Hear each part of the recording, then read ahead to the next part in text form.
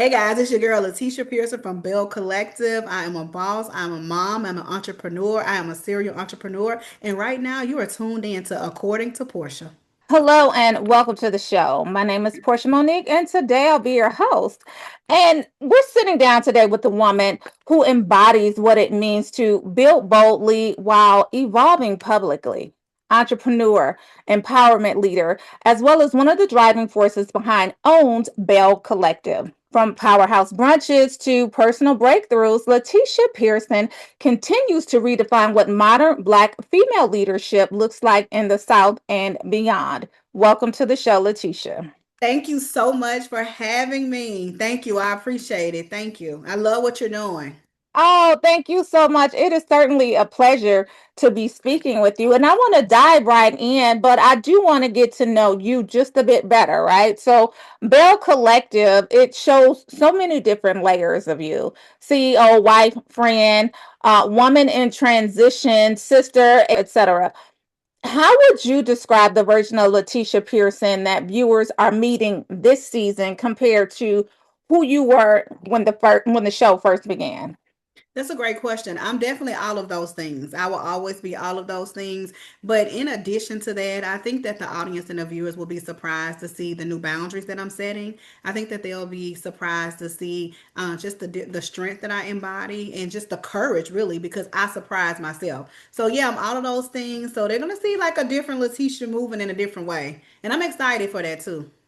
Absolutely. We're excited right along with you. And speaking of courage, so Yeah. premiering Friday the 13th, it opened with some very real and vulnerable moments between you and Glenn.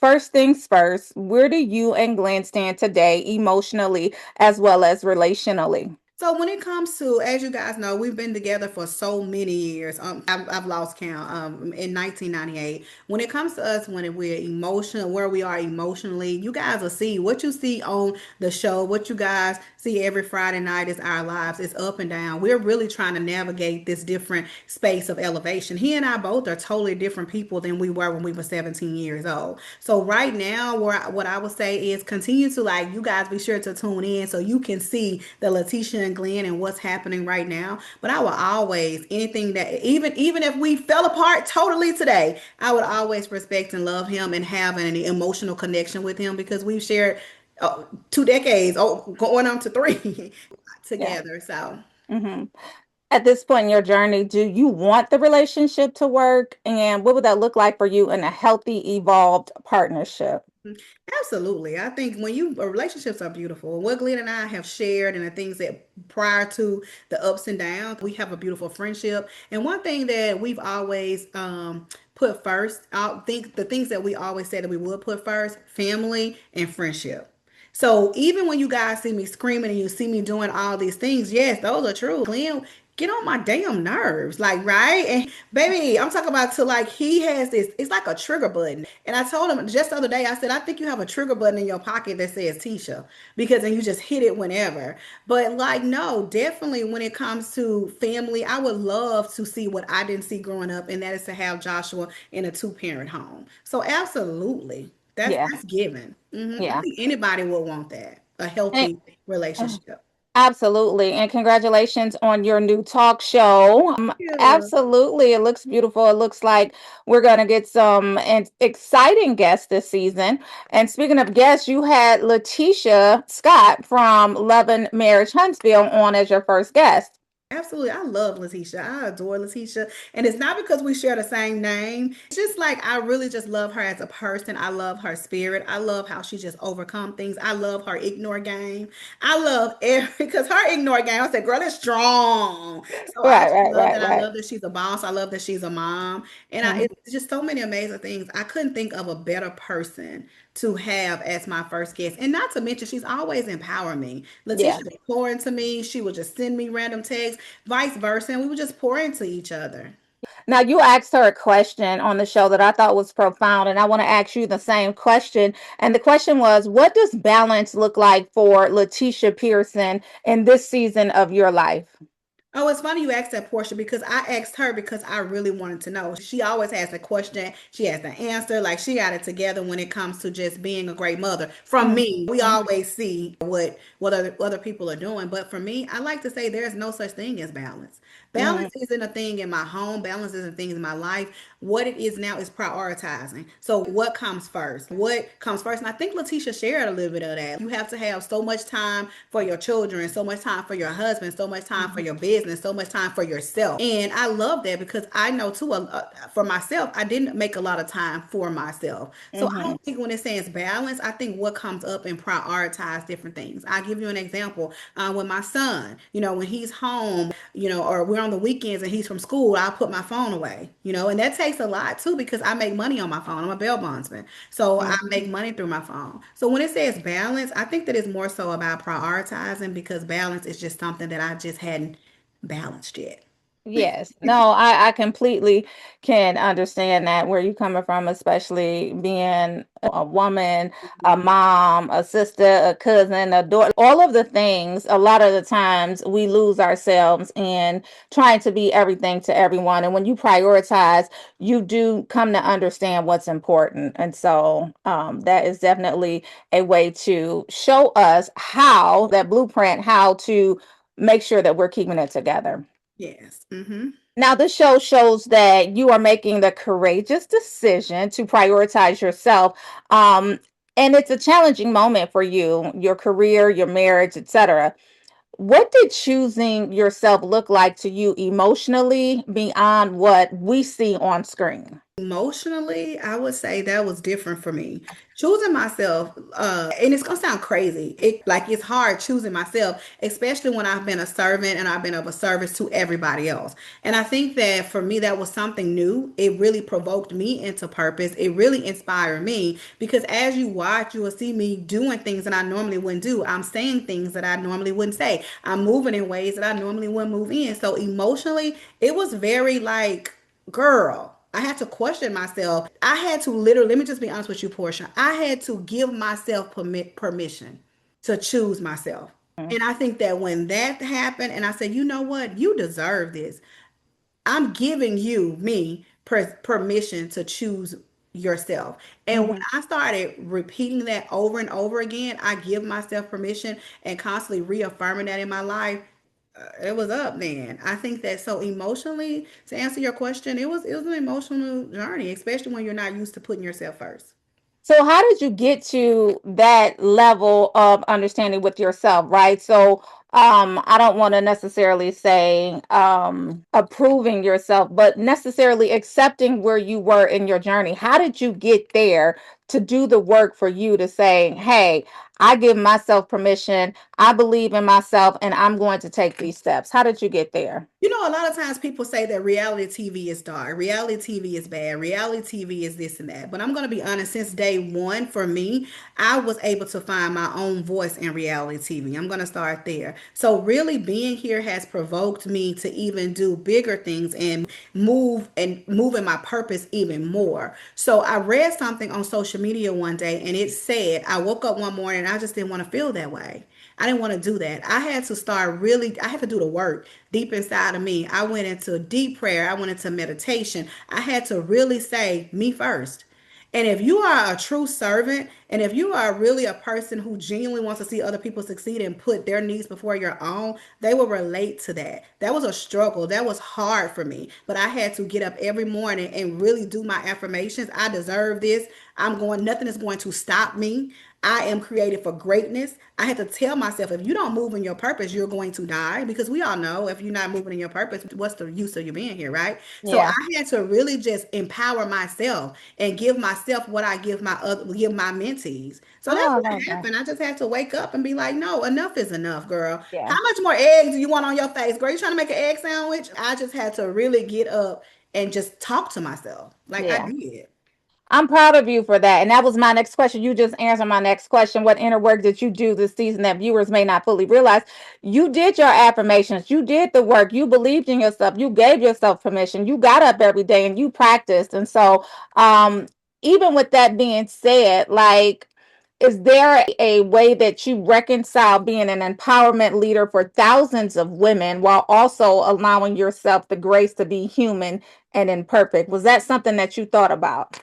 Absolutely, all the time. And it's something that I preach. It's not like that I just talk. I actually walk the walk. And it's okay to be human. I think a lot of us get like tied up or tangled up in like we got to be perfect and we're not human. I was just telling a mentee the other day, it's okay to have a negative thought. It's okay to feel like, "Oh my God, why is this happening to me?" But we can't sit in it. Yeah. Right? We're Oh, human. Yeah, mm, and that's what happens. It's okay if you want to call and cry. Personally, I want to call you scream. Life is just where, oh my right. God, life is breaking me. It's okay. Have your moment. But then we have to keep moving. We have to get up and we can't just sit in it. So a Yeah. lot of times that's where that comes from. Motivating other people and talking to people and talking to my mentees and talking to my mentors. It's also an empowerment for me as well. Yeah, yeah. It's good to hear that you have mentors too, because a lot of the times we need somebody to hold on to and actually pour into us while we're pouring into other people. Absolutely. Now let's get into this season. What can we expect to see? I did see the opening premiere. Again, that's premiering Friday the 13th, February. But what can we expect to see during this whole season? Let me tell you something. This season here is, I say this every season, and I'm like, please believe me. But each season, it's better and better. So, Mhm. like, you're gonna be in a super surprise. There's gonna be different things happening, different dynamics, different friendships, different like it's going to be a roller coaster. It's going to keep you on your toes. I would say that. I don't think that there's not one dull moment with this season. And again, it's just us being our authentic selves. And I think that's the Mhm. beauty about all the ladies, with all of us here, just showing up as ourselves. And that in itself can be good. And that in itself can be like, oh my God, why did I say that? Why did I do that? This season is definitely fire. I think I said it last season. I'll say it this season. I think this is the best. Every year, I think this is the best. I think Because you can only get better with time, right? it get better. I think that, and I may be a little selfish too in it because I love where I'm going. Where I'm going in this season. Now, some seasons show tension around your ambition and visibility. Do you think that success has exposed deeper insecurities within the relationships on the season, or simply revealed truths that were already there? I think that when it comes to anything, if you deal with something on in your personal lives, it Hmm. may get swept under the rug. When you deal with something publicly on a national television show where millions and millions of people are watching you every Friday night, I mean, come on, you definitely yeah, you're definitely gonna set up like some insecurities. You're gonna question yourself. You're gonna be like, hold on, am I crazy? I have to just put that in my head too, that the internet is not a real place. I always tell myself that as well. One minute Yeah. they love you, one minute they hate you. Just go with it and just show up as your authentic self, being as transparent as you can be, and everything will align the way it should. So you and Latrice, what happens this season with you and Latrice? Oh my gosh, you have to see. I think you guys been watching for so long. It's been up, down, up, down, up, down, Uh-huh. up, down, get good, break up. Uh-huh. One thing that I do love about Latrice and I's friendship is that regardless of what happens or what we both know that deep down we share a strong a sisterhood, and that's what I do love. We literally fight. If you can watch, we literally fight like sisters. If you look to see any other girls that have an argument and be swept under the rug and you go on, but when me and her disagree, it's on another level, and it comes from a place of you know how that saying they used to say, the people the closest to you can hurt you. Yes. So it's something like that. So when I'm going back and forth with her, she reminds me of like my little sister. So Hmm. it's like, girl, shut up, say what you're gonna say. You're gonna say crazy stuff. You know what Right. I'm saying? And just Yeah. go on. And I Hmm. think that's what you're going, of course, going to experience that as well as other things. You have to just stay tuned in. Yeah. Now, this season, it feels like you are stepping into a completely new chapter, not just as a wife, but as a woman reclaiming herself.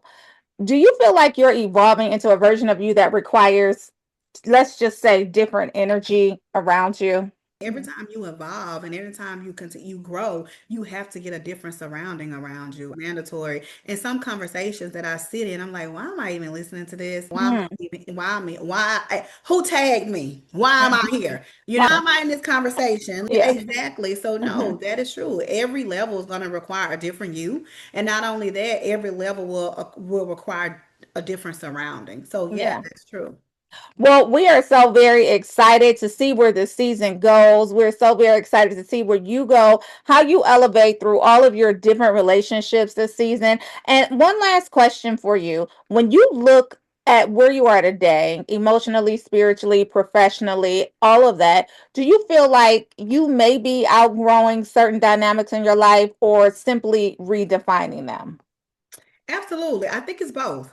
I think that I'm outgrowing certain things in my life and I'm redefining certain things in my life. I think that when it comes to where I am right now, again, that goes back to I had to give myself permission to really evolve into the woman that God has called me to be. I really had to Mhm. give myself permission to do those things. So it's a little of both. I know for a fact I'm outgrowing certain situations, certain people, and I'm also redefining. And this closing question for you, it's more like a comment. Do you feel if a woman was watching this season, right, and they felt torn between honoring their relationship as well as honoring herself, what would this version of Lateshia Pearson tell her about choosing growth without guilt? I think that this version right here, I know that this version would say, you know what, honey, put yourself first, and then they will understand. Those who would get it and those who don't just don't.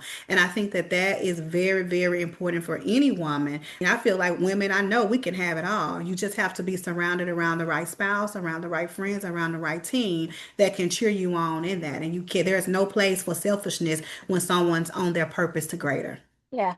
Letitia Pearson, thank you so much for reminding us that growth isn't always comfortable, but it's always necessary. You guys be sure to catch the new season of Belle Collective premiering Friday, February 13th, 8 p.m. on OWN, and watch these powerful women continue to redefine sisterhood, entrepreneurship, and self evolution. Thank you so much, Letitia. Thank you for having me. I appreciate it. Absolutely.